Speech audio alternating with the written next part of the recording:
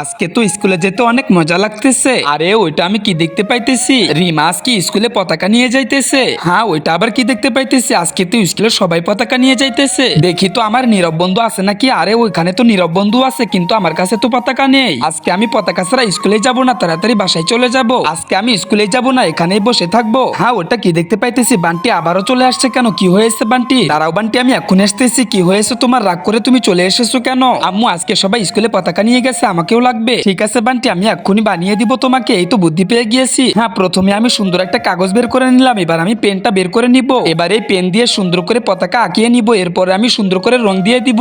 তারপরে কি হয়েছিল সেটা দেখার আগে আপনি কাকে বেশি ভালোবাসেন, সুন্দরী মেয়েটাকে নাকি কলিজার বাবাকে? যদি আপনি আপনার কলিজার বাবাকে বেশি ভালোবেসে থাকেন তাহলে চ্যানেলটি সাবস্ক্রাইব করে ভিডিওটি শেয়ার করে দিবেন আর কমেন্ট বক্সে লিখে যাবেন আই লাভ বাবা। আর আপনি যদি সুন্দরী মেয়েটাকে পছন্দ করেন তাহলে আপনাকে কিছুই করতে হবে না। বান্টি দেখো তো এটা তোমার কাছে কেমন লাগতেছে? এটা তো হয়ে গিয়েছে। হ্যাঁ আম্মু, এটা অনেক সুন্দর লাগতেছে। এখন আমি এই পতাকা নিয়ে স্কুলে যেতে পারবো। আম্মু ধন্যবাদ তোমাকে। ঠিক আছে, আমি চলে যাচ্ছি তাহলে।